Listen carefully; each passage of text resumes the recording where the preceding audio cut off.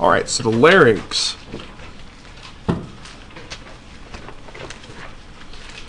Now, the larynx is your voice box. There's a few features of this. Is going to be from an anterior view. Few features that are significant. Okay. First of all, at the top of the larynx is this. It is a bone that is basically kind of floating in your throat. It's got like these two little fang-looking spikes. It almost looks like a snake's jaw right there. Anybody know what the name of that bone is? The hyoid bone. Good. Not to be completely morbid, but when somebody is strangled to death, this is usually the first piece of evidence is that the hyoid bone is broken because it's a very thin bone, very easy to break. Now, we're going to do I probably should draw this first. We're going to go up, down in the middle, back up, down again, like this, and down. Okay? This is a piece of cartilage. It's a big piece of cartilage. And you're going to draw a little bump here and here. Like this part is protruding. And then we're going to connect these with some long lines because those represent this ligament that exists in between the two. Okay? Hyoid bone is attached to this piece of cartilage. Does anybody remember from yesterday's quiz what this cartilage is called? Thyroid cartilage. Why is it called that?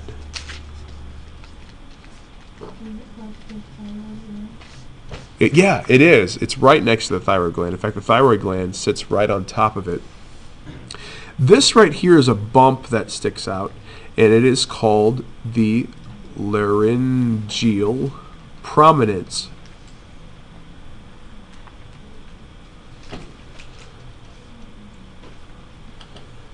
Because it sticks out of the larynx. This is also known as your what? Adam's apple. Adam's apple.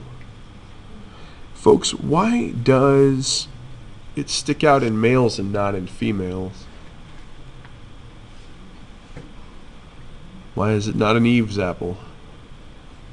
Does it have something to do with like how deep your voice is? Has everything to do with that.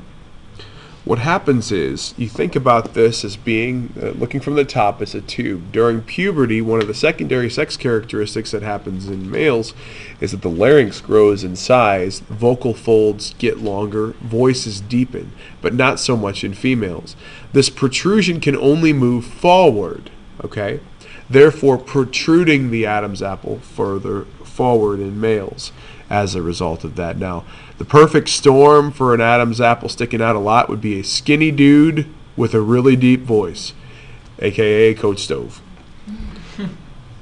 Got an Adam's grapefruit. All right. You can tell him I said that too. But the last time I said that, he got all upset. He sent me an email. He's like, I heard you were making fun of my Adam's apple. I was like, yeah. He's like, well, you have the bigger waistline. I'm like, what? Really? You got to go straight there? All right. So I went, I struggled for a while of what I was going to write back. I was like, oh, I'm going to get him. I'm going to get him. Sat down on my computer. I said, here we go. Here we go. Good one. That's what I replied. That's it. All right. Underneath, here's another cartilage. You guys remember the name of this one? It does start with a C. Cricoid Cartilage. And then from here down, you're going to have some cartilaginous rings, but you're no longer in the larynx. What's this pipe called? Somebody said it. Trachea. But at the very top here, folks, right behind the fangs, okay, there is this rounded thing sticking up, okay?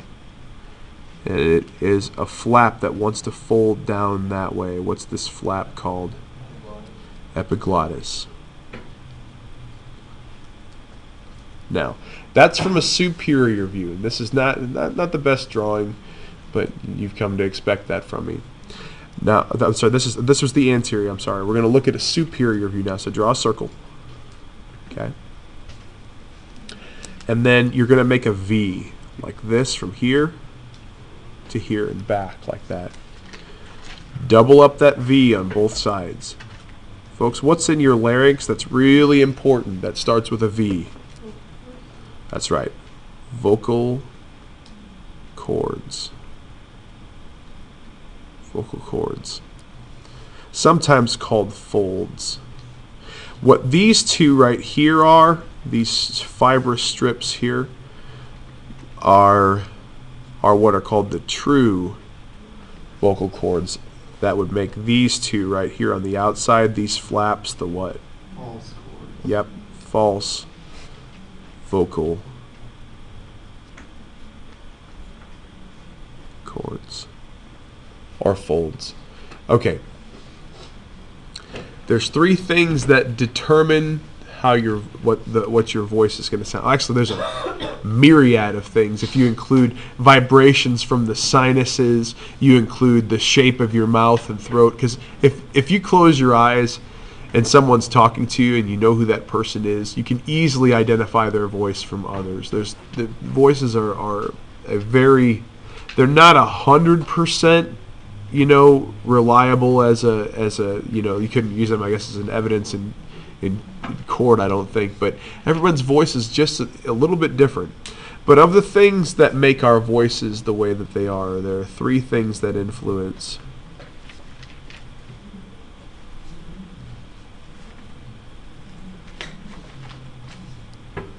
sounds made at the vocal cords.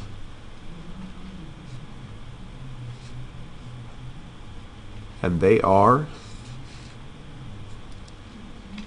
diameter of the vocal cord, length, and tension. These two you don't have any control over. Whatever genetics dealt you as a hand is what you've got as far as diameter and length. Okay, males, of course, the diameter of your vocal cords is going to be thicker and the length is going to be longer, which is what influences your range. Vocally, your range can only go up so high as a result of these two things. This one you can influence to some degree. Tension is the difference between a voice that sounds like this and a voice that sounds like this. Is how much tension you put on the vocal cords. And so this is the only one that you can influence because there's muscles that are associated with it that pull on that. Sorry for the loudness of this video. All right, so that's the larynx basically in a nutshell with its vocal cords and such from an anterior and superior view.